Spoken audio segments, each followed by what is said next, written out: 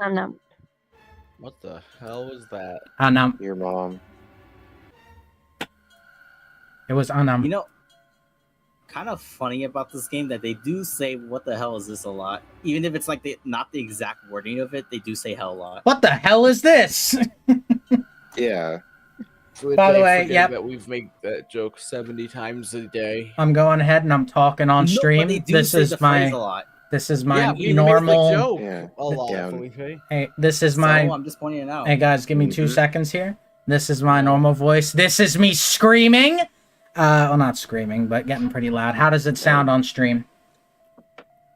Who knows? Yeah, guys on stream. That's All what I'm two of saying. you. Can some of you go and check? Yeah, all two of you. Exactly. You sound normal. I mean, I put my mic up a little louder, and I've done some more effects to it to make it sound better. It's a start, at least. I'm gonna have to play around with it a little more. You sound quite literally the exact same with no difference in the slightest. Yeah, like. How Discord about and now? Yeah, Well, that's just called changing your cadence, you dumb. How do I Cadence? sound now? Yes. You sound like Felipe, Yosuke. That's a real thing. Give me 1 second. Take my headphones off for a Cadence? second. Yes, Sonny, that's a real Stretch. thing. Night, it's like you like to get pissed sometimes. All Hold right. on. Well, when people question me a lot for stupid reasons, yeah, it's kind of. Hey, Yeah. Prodigy, what's up? Hold on 1 sec. I don't know why you're calling me out for it. I told you I would be a little tiny bit pissy today.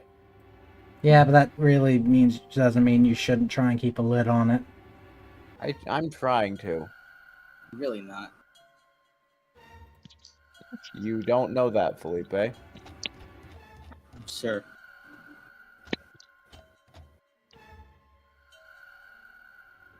All right, yeah, Morgan's still here. I forgot. Yeah. How well? I just checked how you sound. You sound fine. Okay. At least I don't sound worse. That's the goal. No, you just sound like you're a tiny bit louder. Like, I am louder, and I have put some more effects on my voice. I guess I'll have to make the effects a little more prominent. it's kind of like you just turned up the bass in your like voice. Yeah, which is what the goal is. Turn up the bass and turn down the high ends. Yeah. All right. Well, are we ready? As ready as I'll ever be. All right. So, I'll give it a shot. No promises, though. Junpei and Clover nodded earnestly. We are about to hear Seven's past details.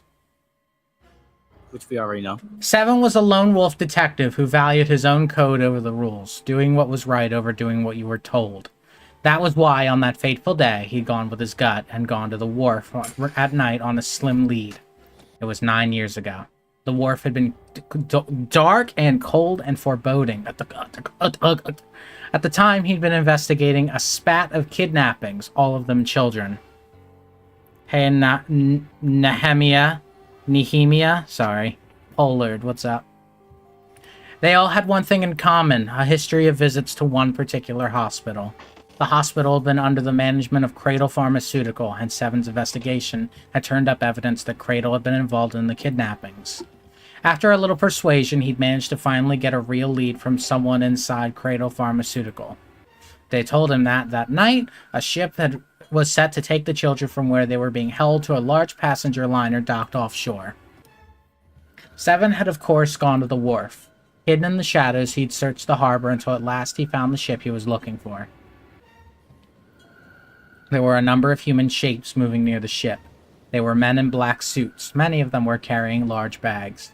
The bags, there was something about the way they moved as they were carried.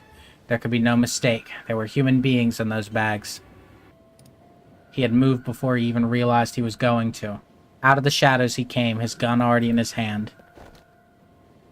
He heard the words, "Don't move," but they weren't his. He felt metal touch the back of his head. "Drop your gun," came the cold voice from behind him. "I could kill you right now. It would mean nothing at all. I need only tie an anchor to your feet, and I doubt anyone would see you for perhaps a week or so." Is that what you'd like? The fish here would be thankful for the meal. With the words, he felt the cold metal thing behind him press against his skull. Slowly, Seven crouched down and laid his gun on the ground. Then suddenly, he felt a sharp pain in his neck. A needle. Was it some sort of drug? So yeah, this is pretty much what we've seen earlier, but since So going through... So people kidnapped Seven because he was investigating child kidnapping. Mm-hmm. Yeah, but since the submarine ending is not required to get in order to get the true ending, obviously they're catching you up on this now because you might not have seen it. Yeah. As he was thinking about that, Seven felt his face hit the cold concrete beneath him. He could feel the chill of it seeping into him. I see he's stopping Andrew Tate. Okay. What? What? Because child... Never mind. Okay. I don't get it. Damn it! Shit, my head hurts. Seven woke to find himself lying on a hard floor. He twisted his neck to peer around the room. Where am I? There was a small, shabby bed and a dirty sink. A Quick, toilet use with the no mirror. stall or privacy of any sort. As a cop, it was a place Seven had seen all too often. I'm in a cell, huh? Opposite the toilet was a door set into the wall.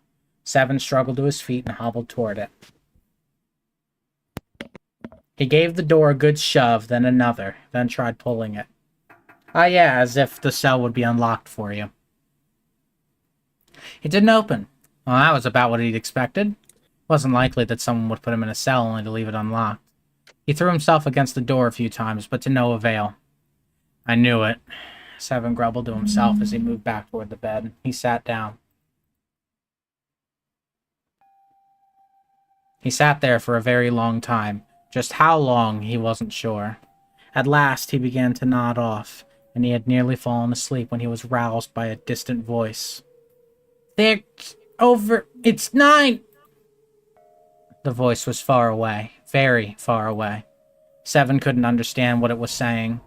Nonetheless, it was a voice, and a high one, most likely a child. I just realized there's a detail I forgot to bring up in my synopsis, but I will bring it up later. His eyes shot open. Here, caking. As he listened, he could pick out several different distinct voices. There were at least 5 or 6, possibly more. Where were the voices coming from? He looked around the room frantically. Perhaps the Walls. door? They're in your walls, they're in your walls, they're in your walls. No, that wasn't it. What? Go out! Was it coming from the left? Was it coming from under the bed? He grabbed the bed and flipped it up with ease. There it was. There was a hole for ventilation in the wall where the bed had been, covered with a metal grate. Seven lay down on his stomach and peered through the grate. He couldn't see anything. It was too dark. Now that he found it, however, there could be no doubt this was the source of the voices.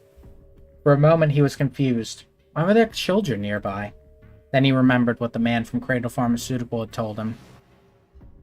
How a ship would take the kidnapped children from the wharf to a waiting passenger liner out in the ocean. Was Seven on that passenger liner? It didn't matter. What mattered was that he find a way to the children. Seven looked at the metal grate. Could he fit through that hole? It doesn't look like it. He stuck his fingers through the grate and grabbed hold of it.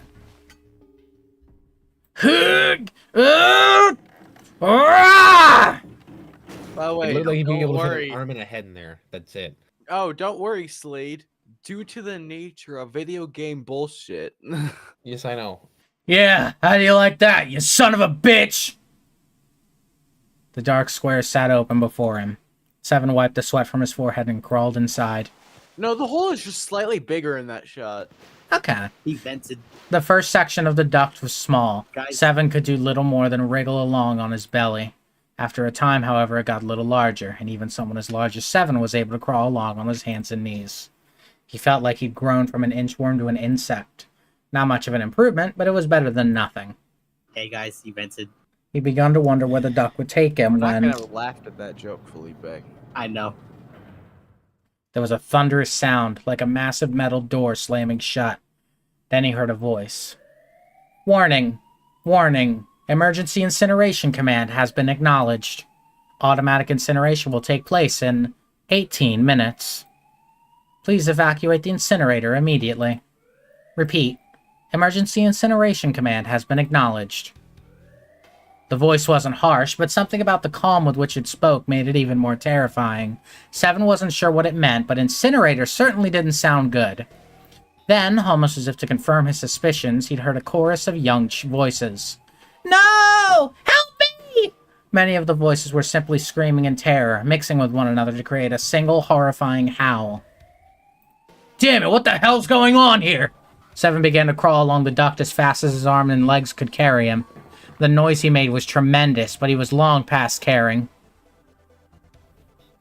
A few moments later, a metal door appeared on the left side of the duct. Seven could hear the screams of the children from the other side of it. This was it! He grabbed hold of the handle and threw the door open. The old metal gave way easily before his onslaught. What the hell is this place? What the hell is this? The room he was looking out into had a dome for a ceiling and 9 equally sized walls. At the top of the dome was an upside-down funnel. It looked almost like a chimney. Then he looked down. There they were. The children he'd been looking for. They stared up at Seven, their cries silenced, for the moment, by surprise and fear. Hey, do some of them look familiar to you? Yes, all of them do. Wait, None doesn't of one them of them do. look like two? And Santa. And June. Oh, fuck. And Kind of like Lotus. I'm not 100% sure, but that looks Is like the Lotus a one bit. with the ponytail the one died? you'll see. Whether they were scared of the rumor him, Seven couldn't tell. Actually, I can just tell you, because they said who died. Yeah. June. I'm Akane. pretty sure girl in pink. Ooh. So- Whether That's they not were green. Whether they were scared of the rumor him, Seven couldn't tell. It was certainly possible that they were frightened of both. Not that I could blame them, run into a mug like this when they're already scared shitless. He permitted himself a short snort of a laugh, then turned to the children again. Don't worry, kids! I'm not your enemy! I'm one of the good guys! Not a single one of them moved. Except for one. He was a boy, slightly older than the others, in a private school uniform. Who the hell are you? As he spoke, he took a tentative step forward and gave Seven a suspicious look. I'm a detective. I'm here to rescue you. The moment the words were out of his mouth, he could see the children relax. How are you going to help us? The boy in uniform asked. Where's the exit? Seven responded. There isn't one. The doors we came in through won't open, and the door over there... He cut himself off, considering something, and then continued. Anyway, there's no point. We can't all get out of here. If we don't get out of here, we're going to be burned to death. Burned to death. Can't you hear it? That voice said the incinerator's going to start up soon.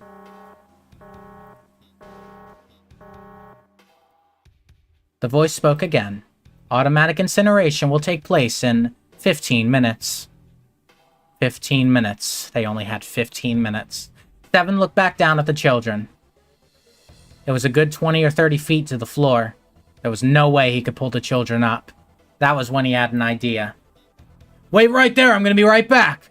What? Where's he going? Are you just gonna leave us here? Seven did his best to smile what he felt was a reassuring smile. Don't worry, alright? I'll be back, I promise. So just stay calm and wait right there, got it? He didn't wait to hear them respond. There wasn't time. He ran as fast as a man could run on his hands and knees. Before long, he was back in his cell. He was back where he had started, but he had a plan. There was something there that he needed. As soon as he was finished, he dove back into the duct and took off toward the incinerator. Bedsheet. Sorry to keep you waiting, guys. Leaning out of the door in the duct, Seven lowered the rope he'd brought to the floor of the incinerator. Back in the cell, he torn the bed sheets into strips and tied them together to make a rope. Like Seven himself, it wasn't very attractive, but it got the job done. Okay. Damn. Damn. The narrator roast himself. What the fuck? Alright, just tie that around yourself, okay? I'll pull you up one at a time. Right. Huh? Wait a sec. That was when he noticed. There were more of you before. Where'd the rest of you go? The boy in the uniform answered. I let them go on ahead. We opened the number 9 door and they left. What? You're telling me you opened that door? That's what I said. Then what the hell are you doing here? We couldn't go with them. Why not? Look, the only people who can go through the numbered door... Huh? Automatic incineration will take place in 5 minutes. The voice reverberated against the walls of the room. Explain later. Look, let's that can go. wait, all right? Just get us out of here. Right. 7 grabbed a hold of the rope. First up was a girl with a ponytail. Next was the girl with a red necktie, followed by a boy in a jacket who said he'd climb up on his own. The last up was the boy in the uniform. Like the boy in the jacket, he climbed up the rope himself. He looked scrawny from above, but his looks bellied impressive strength. He scaled the rope quickly, but as he was almost to 7, they heard the sound of someone knocking. All eyes turned to the door. Cut into it was a thick, square window. On the other side, they could see a furious face. God damn it! What's going on here? Why is the room empty? Where the hell are those fucking kids?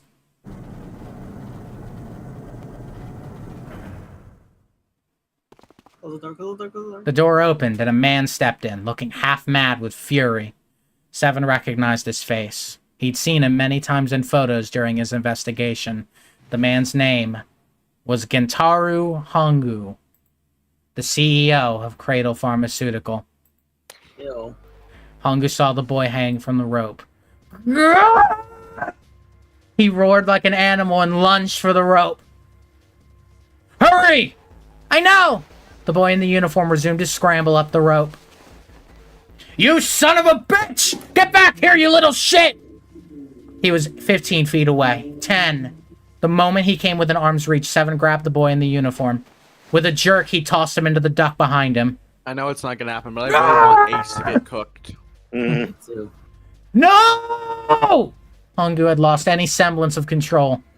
His face no longer looked human. It was twisted into something terrifying, the visage of a devil or a ferocious monster.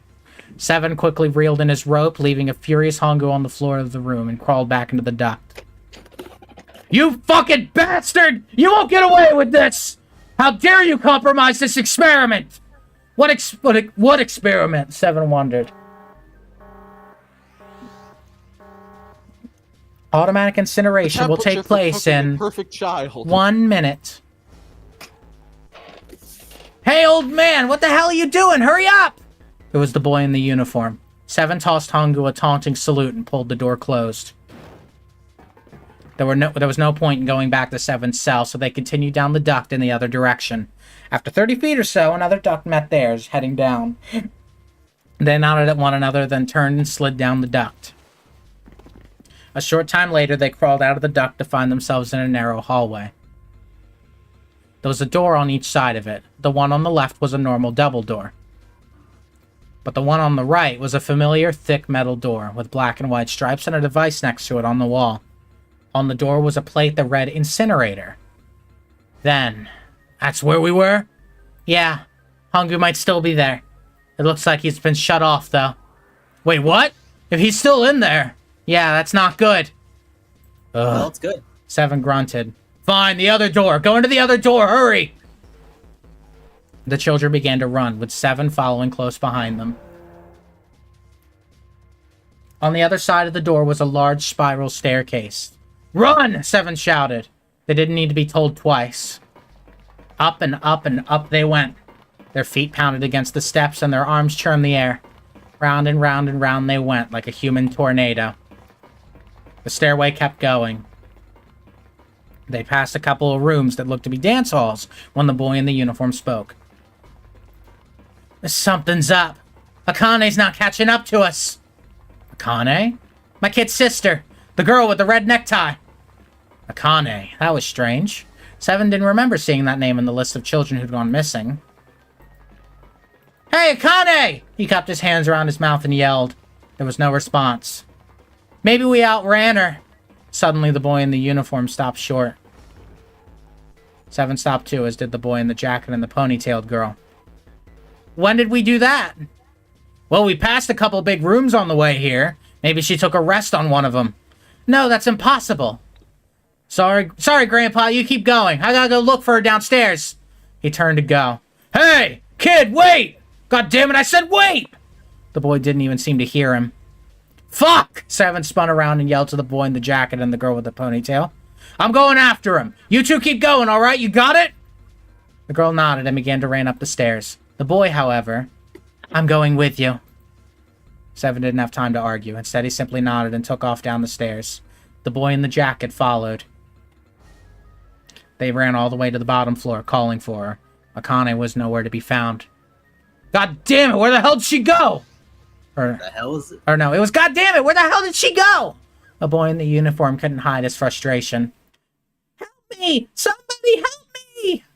It was a girl's voice. Akane! The boy in the uniform threw open the door and leapt into the hallway that faced the incinerator. Seven and the boy in the jacket followed. Seven couldn't believe what he saw. Hongu had grabbed Akane by the arm and was doing his utmost to force her into the incinerator.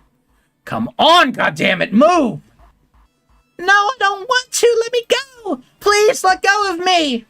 She had planted her feet squarely on the floor and was doing her best to get away, but Hongu was much larger than she was. She wasn't going to win. Akane! The boy in the uniform shouted. He roared with anger and charged toward Hongu. You came back! You're too late, idiot! Hongu lifted Akane bodily from her feet and threw her, struggling, into the incinerator. Ah! Before Seven or the boy in the uniform could react, Hongu leapt through the door after her. They saw him land inside.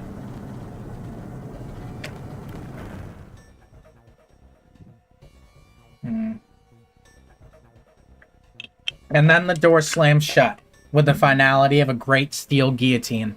This is not what we meant by let him cook. The three of them ran to the door. They pulled and strained High Tank Engine Media, trying desperately to get it open. Ah! Fuck! It's no use. The goddamn thing won't move an inch! The boy in the uniform cried out and began to slam his fists against the door. He hit it with such force Seven feared his knuckles would shatter from the impact. Akane! Akane! Are you okay? Help me! Her voice was muffled by the door, but the sheer terror in it was unmistakable. What should I do? I think I'm trapped in here. Where's Hongu? He went out the other door. What? Warning. Warning. Emergency incineration command has been acknowledged. Automatic incineration will take place in 18 minutes.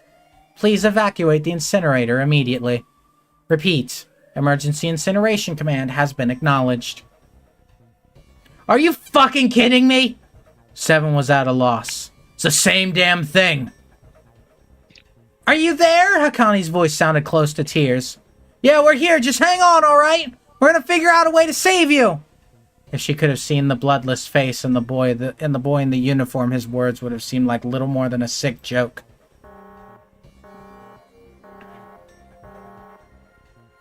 Automatic incineration will take place in 17 minutes. Please, please help me! I'm really, really scared. I don't want to die. Please, I don't want to die. I don't want to die. It's gonna be alright. I'll figure something out, I promise. I promise, okay? You hear me? I promise! They could hear her muffled sobs from the other side of the door. The boy in the uniform tightened his fists. His knuckles were a bloodless white. Seven could tell that he was holding back tears of his own.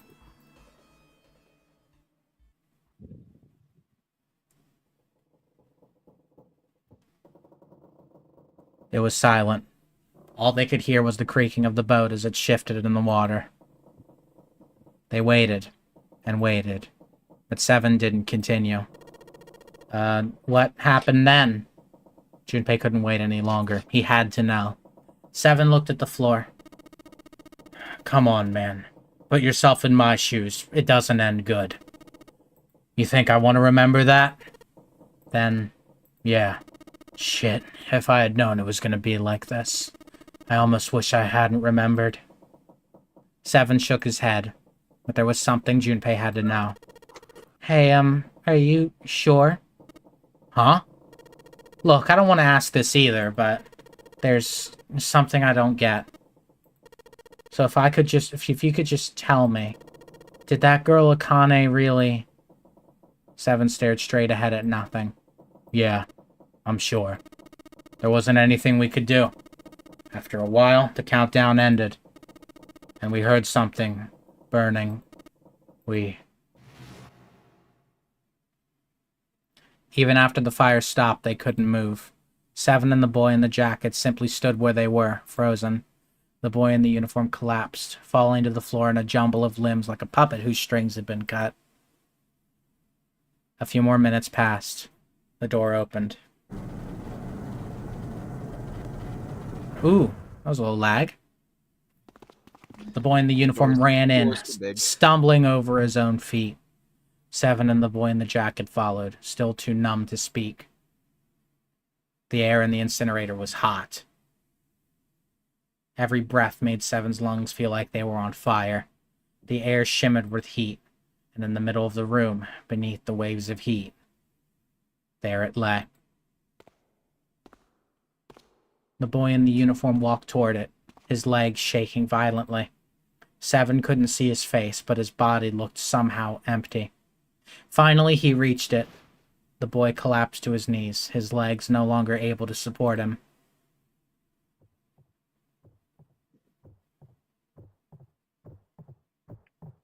It's a gore warning. Now. Is it? He's going into quite a lot. AFib, by the way. Did you just Not really. Did you just get an electric shock, John? Yeah. Junpei felt a cold lump form in the pit of his stomach. A feeling of sickening anticipation washed over him. He could feel his body shivering. He desperately did not want to know the answer he feared he knew already, but he had to ask. He had to know for sure. Can I ask you one more thing? What? The girl, Akane. What was her last name? What does it matter to you? Just tell me, okay? Please? Seven looked at Junpei curiously and ran his tongue quickly over his dry lips.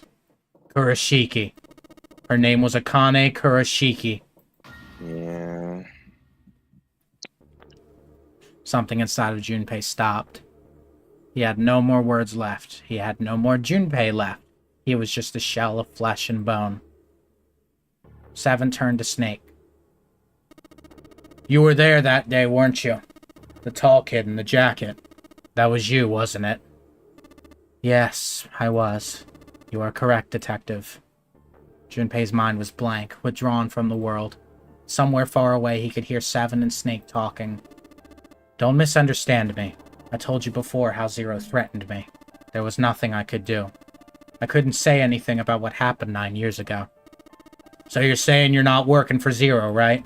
Of course not. Clover, what about you? Hey, come on.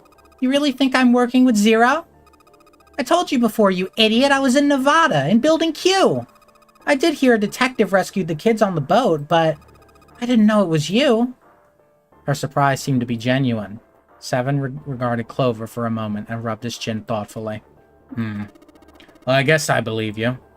Clover nodded. Alright, let me ask you another question. He stuck his hands into his pockets and took a few steps. Then he stopped and turned to face them again. Santa's real name is Aoi Kurashiki.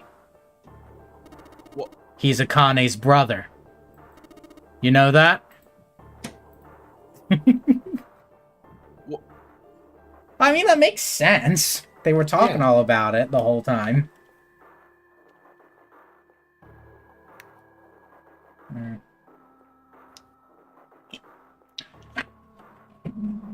Oh, I never started the timer, by the way. Give me a second. Oh, whoops.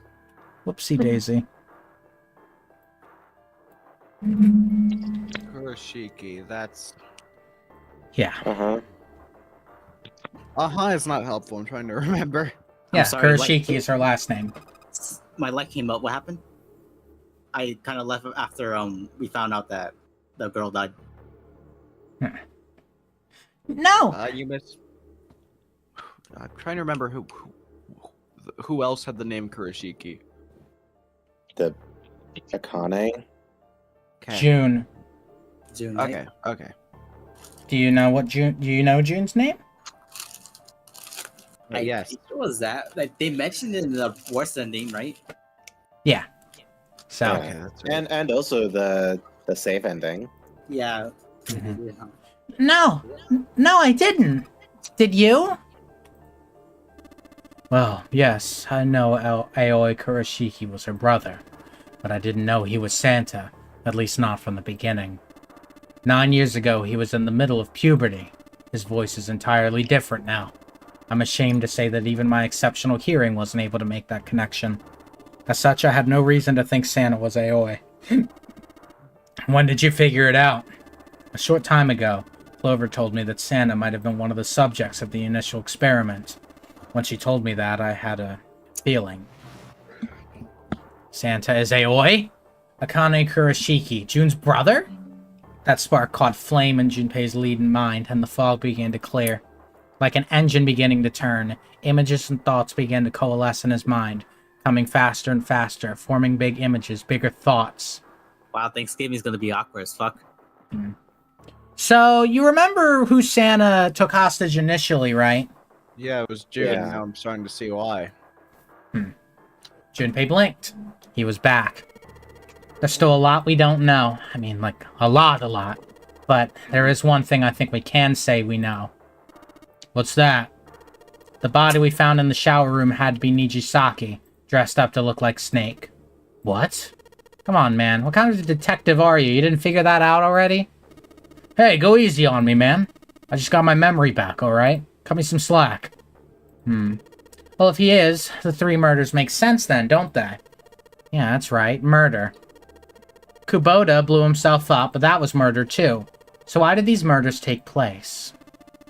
If Junpei is correct and the body in the shower room was Nijisaki's, that means all of the people who were murdered were involved with the creation of the Nonary Project. Kubota, the person who conducted the actual experiments. Glad the review Nijisaki, Hongu's assistant. Musashido, the man who financed the project. You mean this was all just revenge? Santa is Zero. He's getting revenge for the death of his sister. No, I don't think Santa actually murdered anyone. In fact, Junpei didn't think, he knew.